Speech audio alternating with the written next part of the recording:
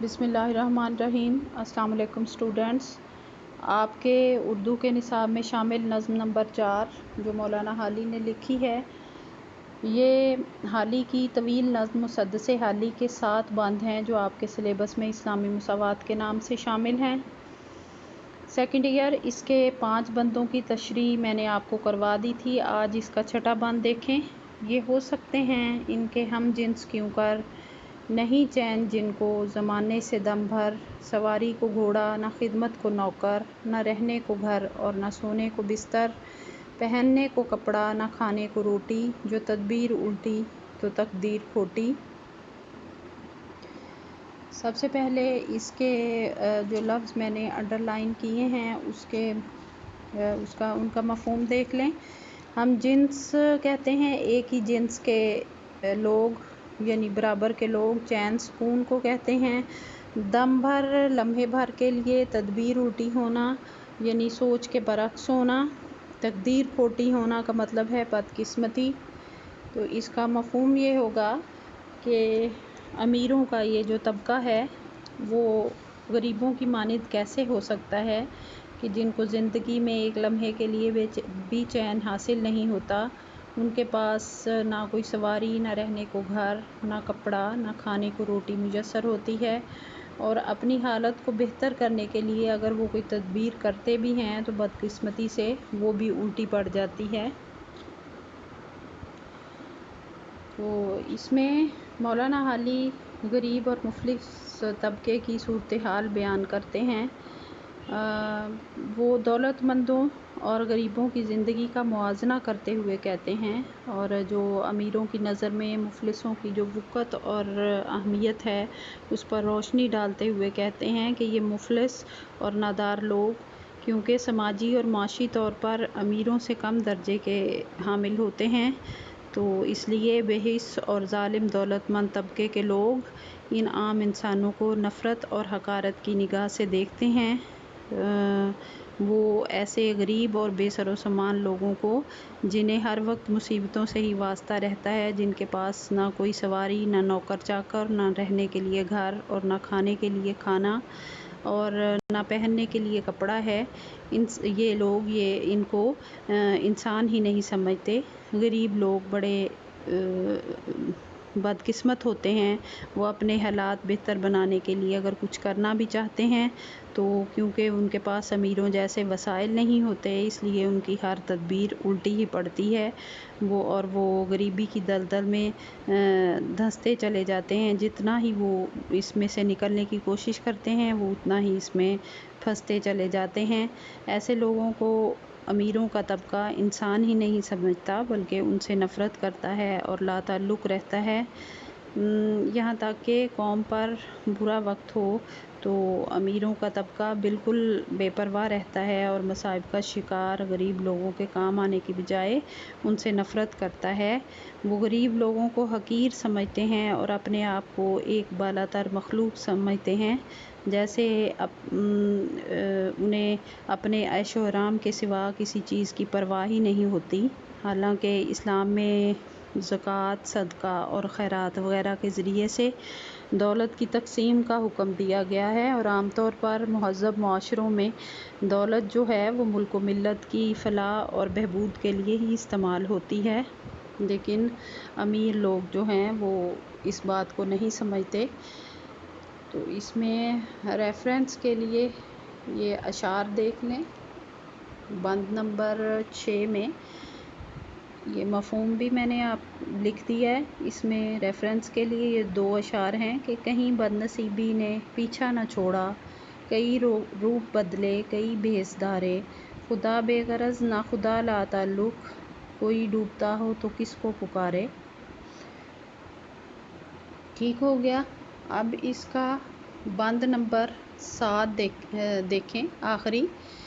یہ پہلا سبق تھا کتاب خدا کا کہ ہے ساری مخلوق کنبہ خدا کا، وہی دوست ہے خالق دوسرا کا، خلائق سے ہے جس کو رشتہ ولا کا، یہی ہے عبادت یہی دین و ایمان کہ کام آئے دنیا میں انسان کے انسان۔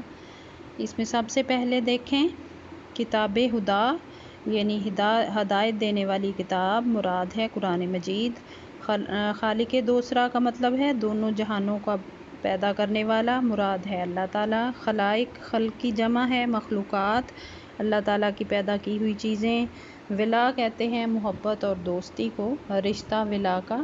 اب اس میں دوسرے مصرعے میں دیکھیں کہ ہے ساری مخلوق کنبہ خدا کا، اس کی وضاحت کی ہوئی ہے نیچے، یہ اسی پیج پر نیچے دیکھیں میں نے انڈر لائن کیا ہوا ہے، حدیث بھی دی ہوئی ہے جس کا ترجمہ یہ ہے کہ ساری مخلوق جو ہے وہ اللہ تعالیٰ کا کنبہ ہے، اور اللہ کے نزدیک وہی سب سے زیادہ محبوب ہے جو اس کے کنبے سے حسن سلوک سے پیش آتا ہے۔ یہ آپ حدیث بھی یاد کر لیں، اگر نہیں ہو سکتا تو اس کا ترجمہ ضرور یاد کریں۔ تو اس میں بتایا گیا ہے کہ یہاں اس حدیث کا مفہوم ادا کیا گیا ہے۔ تو اس بند میں بلکہ اس پوری نظم میں پہلے اس کا مفہوم میں آپ کو بتا دیتی ہوں کہ قرآن مجید کا انسانوں کے لیے یہ پہلا سبق تھا کہ تمام مخلوق اللہ تعالیٰ کا کنبہ ہے، اور اللہ اسی شخص کو دوست رکھتا ہے جو اس کی مخلوق سے محبت کا رشتہ رکھے۔ دراصل یہی ہماری عبادت، ہمارا دین اور ہمارا ایمان ہے کہ انسان انسانوں کے کام آئے۔ ٹھیک ہو گیا۔ اس میں پوری نظم میں سیکنڈ ایئر حالی نے امیروں اور مفلس اور مفلوق الحال لوگوں سے جو امیروں کی نفرت ہے اور ان دونوں طبقوں کے درمیان جو معاشرتی اور معاشی فرق ہے اس کو بیان کیا ہے، اور پھر آخری بند میں قرآن مجید میں مقام انسانیت کی فضیلت کو بیان کرتے ہوئے حالی کہتے ہیں کہ بحیثیت مسلمان ہم جس نبی صلی اللہ علیہ وآلہ وسلم کی امت ہیں اور جس کتاب کے ماننے والے ہیں، اس نے صدیوں پہلے ہی انسانی اتحاد کا درس دیتے ہوئے ہمیں جو ہے وہ یہ واضح کر دیا ہے کہ جو ہے تمام مسلمان آپس میں بھائی بھائی ہیں۔ تو یعنی جب عرب قوم زوال کی حالت میں تھی تو اللہ تعالیٰ نے سرور کائنات حضرت محمد صلی اللہ علیہ وآلہ وسلم کو اس کی اصلاح کے لیے اور دنیا بھر میں اپنا پیغام پہنچانے کے لیے بھیجا۔ آپ صلی اللہ علیہ وآلہ وسلم ہی کے ذریعے انسانوں کی رہنمائی کے لیے قرآن مجید نازل فرمایا، جو انسانوں کے لیے ہدایت کی آخری اور ہر اعتبار سے مکمل کتاب ہے۔ ہدایت کی اس کتاب کا پہلا سبق ہی یہ ہے، حالی کے بقول، کہ سارے انسان اللہ تعالیٰ کا ایک کنبہ ہیں، اس اعتبار سے سب انسان برابر ہیں اور بھائی چارے کے رشتے سے بندھے ہوئے ہیں، سب کا ایک دوسرے پر حق ہے۔ اللہ تعالیٰ سارے جہانوں کا پیدا کرنے والا ہے، اس کا دوست وہی ہے جو اس کے بندوں سے محبت کا رشتہ قائم رکھتا ہے۔ جو اللہ تعالیٰ کے بندوں سے محبت نہیں کرتا وہ اللہ تعالیٰ کا دوست نہیں ہو سکتا۔ اور سب سے بڑی عبادت، دین اور ایمان کا اہم ترین اصول یہی ہے کہ انسان دنیا میں دوسرے انسانوں کے کام آئے اور اس کی مصیبت میں جو ہے ممکن حد تک مدد کرے۔ یعنی قرآن مجید جو ہے وہ انسانوں کو انسانوں کے کام آنے کی ہدایت دیتا ہے اور انہیں ایک برادری قرار دے کر ایک دوسرے کے کام آنے کو عبادت کا درجہ دیتا ہے۔ اس لیے ہمیں پوری کوشش کرنی چاہیے کہ دوسرے انسانوں سے محبت کا رشتہ قائم کریں اور ان کے دکھ درد میں ان کے کام آئیں۔ اس میں بھی ریفرنس دیکھ لیں، اس میں ایک شعر میں نے لکھا ہے اور ساتھ حدیث ہے۔ کرو مہربانی تم اہل زمیں پر، خدا مہرباں ہوگا عرش بری پر۔ یہ آپ اس میں لکھ سکتی ہیں اس کی تشریح میں۔ اور پھر ہے آپ صلی اللہ علیہ وآلہ وسلم نے فرمایا، من لا یرحم لا یرحم، یعنی جو شخص رحم نہیں کرتا اس پر رحم نہیں کیا جاتا۔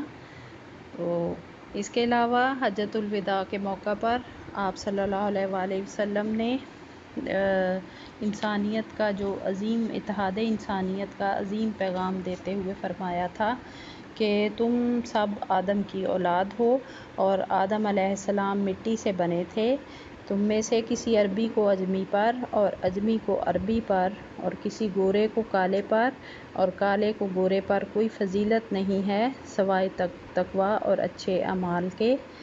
تو اسلام میں اللہ تعالیٰ کا قرب حاصل کرنے کے لیے اس کے بندوں سے محبت کو ضروری قرار دیا گیا ہے، کیونکہ جو اسلام ہے وہ صرف مسلمانوں کا دین نہیں بلکہ یہ پوری انسانیت کا دین ہے۔ اس میں سب سے زیادہ زور حقوق العباد کی ادائیگی پر دیا گیا ہے، اور اسی حوالے سے اس بند میں حالی نے تمام مخلوق کو اللہ تعالیٰ کا کنبہ قرار دیا ہے۔ تو ٹھیک ہو گیا۔ اب سیکنڈ ایئر یہ نظم کے 7 بندوں کی تشریح مکمل ہو گئی ہے۔ اب آپ اس کی تشریح ریوائز کریں اور حوالے کے اشعار بھی یاد کریں۔ ٹھیک ہے، اللہ حافظ۔